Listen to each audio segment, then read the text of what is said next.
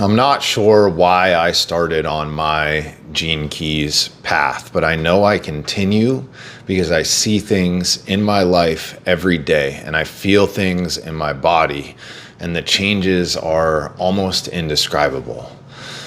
I picked it up in the first place because I was at a plant medicine retreat doing ayahuasca, and this book was on the kitchen table when I walked in, and it caught my eye, and it was actually the second time that I saw it. I'd also seen it.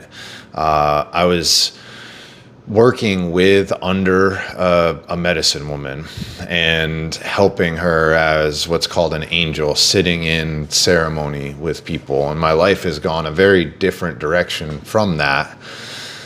But at one of those ceremonies, someone said their intention as one of their gene keys. And I kind of listened to it, and it went in one ear and out the other, and I ignored it. And then almost 2 years later, when I went to this ayahuasca ceremony, there it was again. And this time, more and more people were talking to it. And as I looked over at the table and I saw that book, something in me just knew that it was time, knew that I needed to start looking into it, that I needed to start reading it. And in fact, I didn't do anything with it that entire weekend. But when I got home, I went and I looked at my profile, and that was the beginning of a really cool, confusing, beautiful journey that's required a lot of patience. I share this stuff with you because I want the same thing for you. That's the reason that I have this channel, especially now that I've decided that my focus is going to be on bringing the gene keys to you.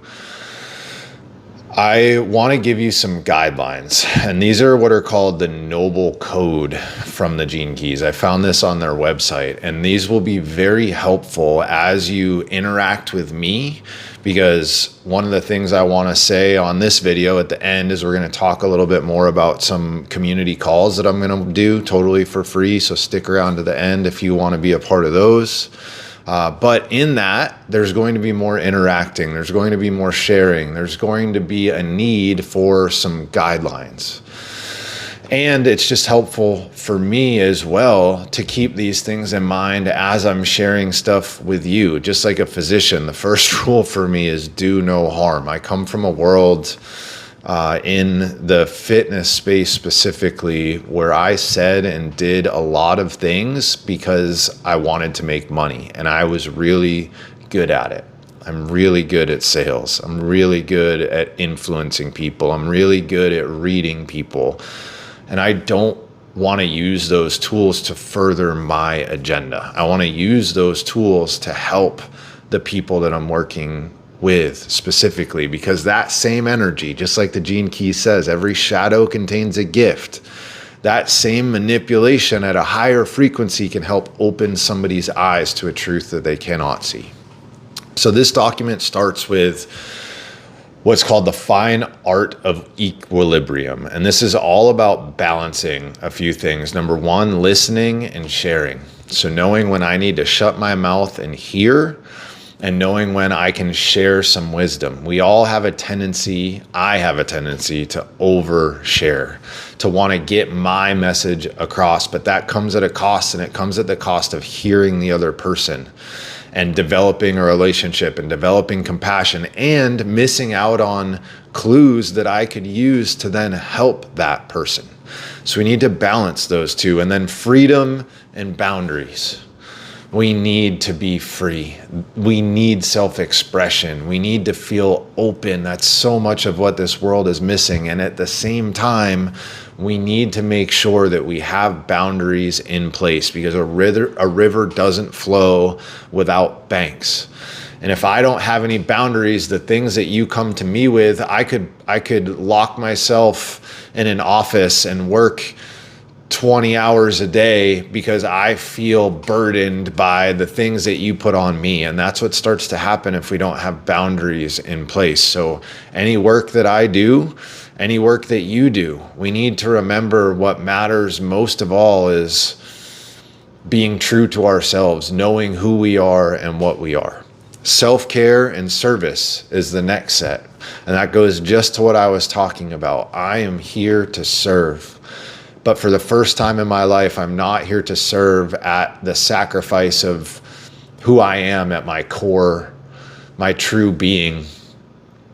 In order to serve, you need to have the time and energy to dump into yourself first. Honesty and kindness. I need to tell you the truth. You need to be open to hearing the truth. And at the same time, there are ways to say the truth that doesn't hurt somebody's feelings. And sometimes keeping a truth inside and transmuting it internally is better, because it's what is more kind to the person. And it's not necessary to say everything that's in our heart. I think modern society and psychoanalysts tell us that we can't hold in emotion. You've got to get it all out. And it's true, you can't hold in emotion, and you do have to get it all out, but that doesn't mean you have to dump it on somebody else. And then finally, we've got mysticism and ordinariness. This is a fine balance. We are talking about something, we're talking about God. We're talking about something that you can't see, that you can't hear, that your five senses can't necessarily pick up on. And that Godhead is buried in your everyday mundane tasks and the relationships of the people that are sitting right across from you. And it's so easy to get lost in spiritual la la land, or it's so easy to get lost in the land of our five senses. So those are the things that we need to balance. And then we get into the guidelines, and there are 10 of them. And these are 10 things that you just need to keep in mind when you're working with the gene keys on your own, be that a hologenetic profile that you are contemplating, or a online retreat, or here on my channel, or on the calls that we're going to do. These always need to be in the 4. So number 1 is intention. Going into everything. Yesterday, it faded right now, but I wrote the word pray right here on the inside of my hand. And it was just a reminder that each time I had a break in my day, when I was moving from one thing to the next thing, to take a moment to talk to God, to set an intention, to say a prayer of what I'm wanting. And your intention with the gene keys is to keep an open heart, to keep an open mind, to learn from our interactions, to recognize that even the hard ones are going to deliver something to us. Those are my intentions. And I encourage you to have at least the same intention of maintaining an open heart, open mind, and being willing to learn. Next up is frequency and tone.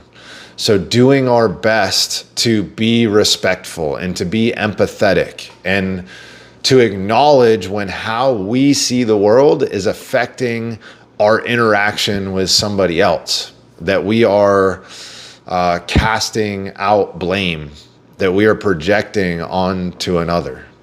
Number 3 is respectful feedback. So I communicate with people in a way that I want to be communicated with. People are going to disagree with things that I say or that other people say. That's the point. We need to be willing to listen to that. However, it needs to be said in a way, like we talked about earlier, this kindness versus honesty needs to be said in a way that a person can actually hear it. Next one is honesty. I'm fully aware of the lies that I tell myself, and I catch myself in them often. We are full of shadow. And so this honesty is self-honesty. It's recognizing when you step into that shadow, recognizing that that shadow is there for a reason, which is to unleash the higher learning within it, and that there is a valuable lesson in that learning. Next one is integrity. I'm committed to expanding human awareness and personal growth. And I know that I have limiting attitudes and limiting behaviors that impede that growth. And so I have to do my best to really keep the other person's higher self in mind, to remember that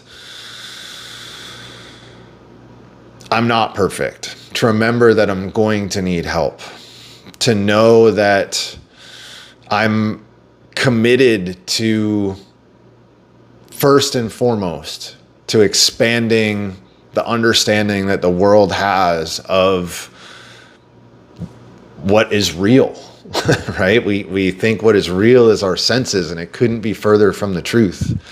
And the only way to maintain that integrity is to subjugate some of the other things that I used to believe. And that's how I can be impeccable with my word, if you've ever read the 4 Agreements. Number 6 is orientation and synchronicity. And what that means, first, orientation is keeping in mind that there is a right place and a right time to do things. And that you don't need to get something out immediately. Things don't have to happen right now. That's so contrary to what our culture says and believes. We want things to happen 5 minutes ago.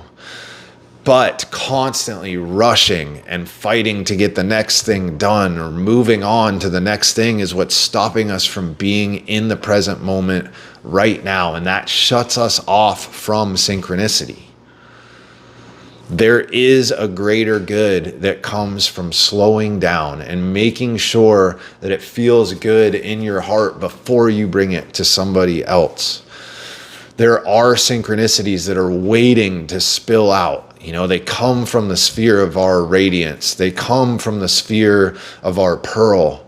And those things can only come when we've hit the right frequency, when we're operating at the right speed. And that doesn't mean that we don't share something. It just means that there's a right time and a right environment to do it. Number 7 is peace and conflict. And that is just an understanding. This is my EQ gene key: conflict, diplomacy, peace. It's understanding that disagreement is part of life, and it's a good part of life because it helps us learn and it helps us grow and it helps us step towards becoming a closer community.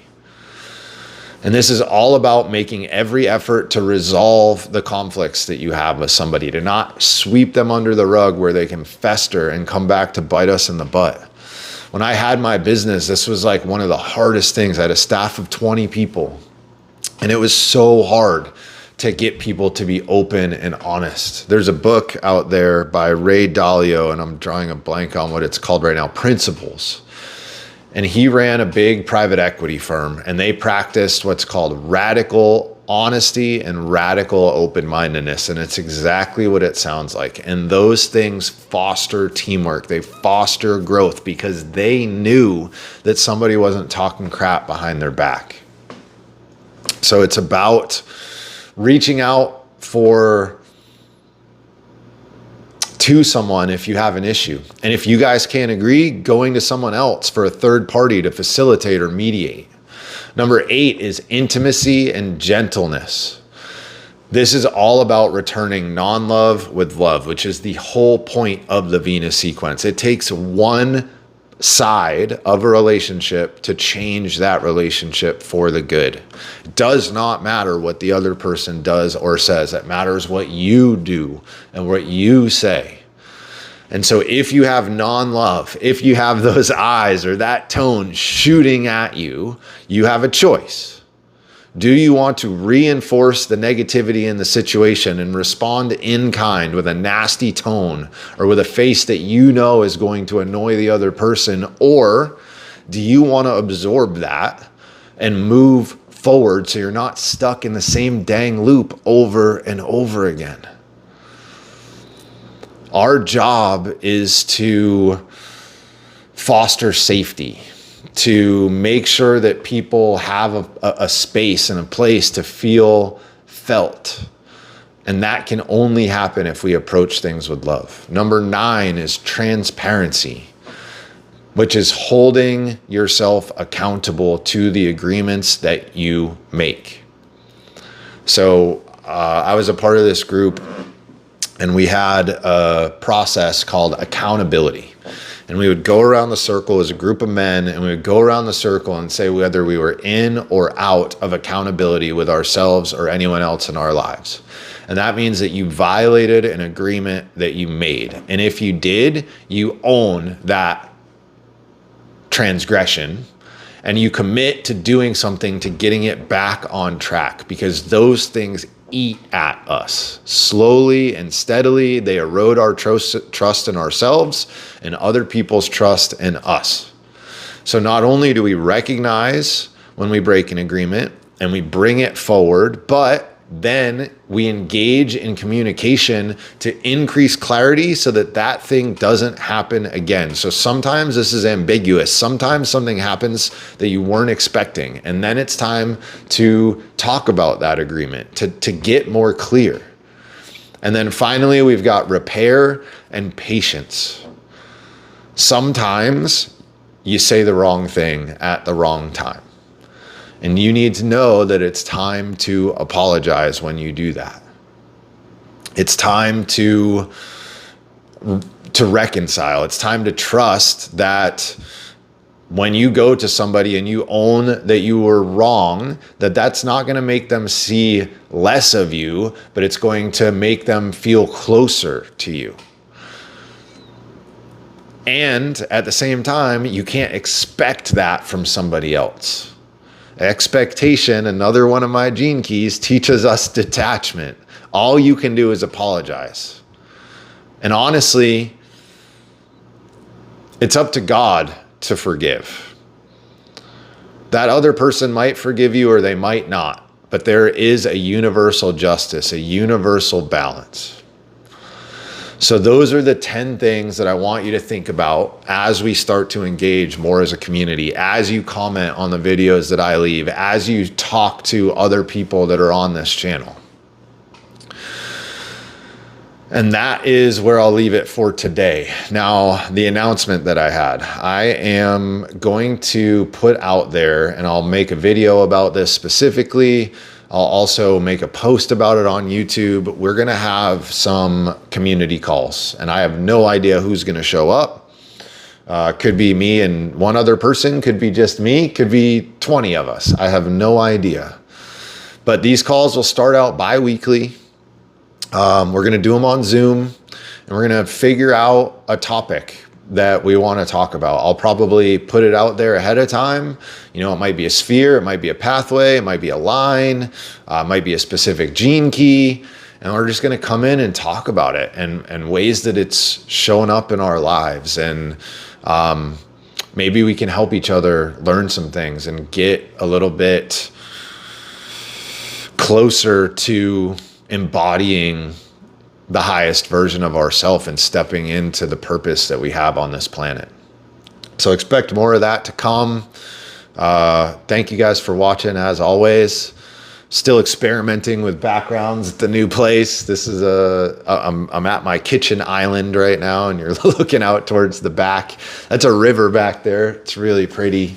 At high tide, I can put a kayak in or a stand-up paddleboard, and I think I'm going to love it here. I think it's going to make me a lot more creative. So that's good for you and good for me. All right, guys, until next time. Thank you.